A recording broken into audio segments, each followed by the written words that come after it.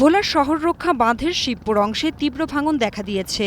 হুমকিতে রয়েছে ভোলার শহর রক্ষা বাঁধ, চায়না ইপিজেড, মাছঘাট সহ বহু স্থাপনা। বর্ষায় পানি বাড়ার সাথে পাল্লা দিয়ে বাড়ছে ভাঙন। উত্তাল মেঘনা নদীর প্রবল চাপে শহর রক্ষা বাঁধের বিভিন্ন জায়গা ধসে যাচ্ছে। এবছর শুষ্ক মৌসুমে ভাঙন শুরু হয়। ভোলার সদর উপজেলার শিবপুরে নদীর তীরের বিস্তীর্ণ এলাকা বিলীন হয়ে যায়। এরই মধ্যে ৬০০ মিটার অংশ নদী গর্ভে হারিয়ে গেছে। বারবার নদী ভাঙে, আমাদের নদীর কবলে আমরা আমাদের সর্বস্ব হারিয়েছি, ভিটামাটি হারিয়েছি, ফসলি জমি হারিয়েছি, এবং আমরা যে বিকল্প অন্য জায়গায় যে আমরা ঘরবাড়ি করব সেই সামর্থ্য আমাদের নেই। আমাদের মাছ ঘাট শিক্ষা প্রতিষ্ঠান সব নদী বিলীন হয়ে গেছে। আমাদের ভিটাবাড়ি সব নদী ভাঙ্গা বিলীন হয়ে গেছে। এখন আমাদের থাকার কোনো স্থান নাই।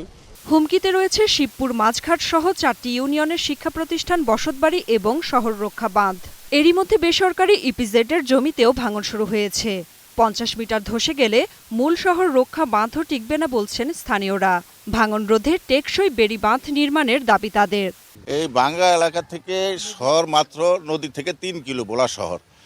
যে কোনো মুহূর্তেই বাঁধ ছুটে যাওয়ার সম্ভাবনা আছে এবং ঝুঁকিতে আছে। বাঁধ ছুটে গেলে ভোলা তলে যাবে যে কোনো মুহূর্তে। বস্তার ভিতরে বালি ফালাইতেছে, এতে মনে হচ্ছে যে কুসংমত এইভাবে ফালাইলে আসলে সরকারের টাকা অর্থ লস হবে, কিন্তু ভোলা ভাঙন নদীটা মনে হয় না করতে পারবে তারা। সরকারের কাছে আকুল আবেদন যে আমাদের এই শিবপুর বা তথা আমাদের যে মেঘনার যে ভাঙন, এই ভাঙনকে সিসি ব্লকের মাধ্যমে টেকসই বাঁধ নির্মাণ করে আমাদেরকে রক্ষা করা হোক।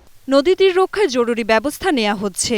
পরে স্থায়ী বাঁধ নির্মাণের আশ্বাস পানি উন্নয়ন বোর্ডের প্রকৌশলীর। তো ইতিমধ্যে আমরা কার্যক্রম গ্রহণ করেছি।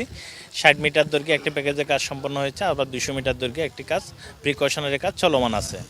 এছাড়াও এই দুনিয়া শিবপুর মেদু এলাকায় রক্ষায় আমরা একটা প্রকল্প গ্রহণ করেছি। প্রকল্পটি প্রক্রিয়াধীন আছে। মেঘনা নদীর ঝুঁকিপূর্ণ ৪ কিলোমিটার তীর সংরক্ষণ ও ৬ কিলোমিটার বন্যা নিয়ন্ত্রণ বাঁধ নির্মাণে ৭৩০ কোটি টাকার একটি প্রকল্প সংশ্লিষ্ট দফতরে জমা দিয়েছে পানি উন্নয়ন board. Nafia Farzana, star news.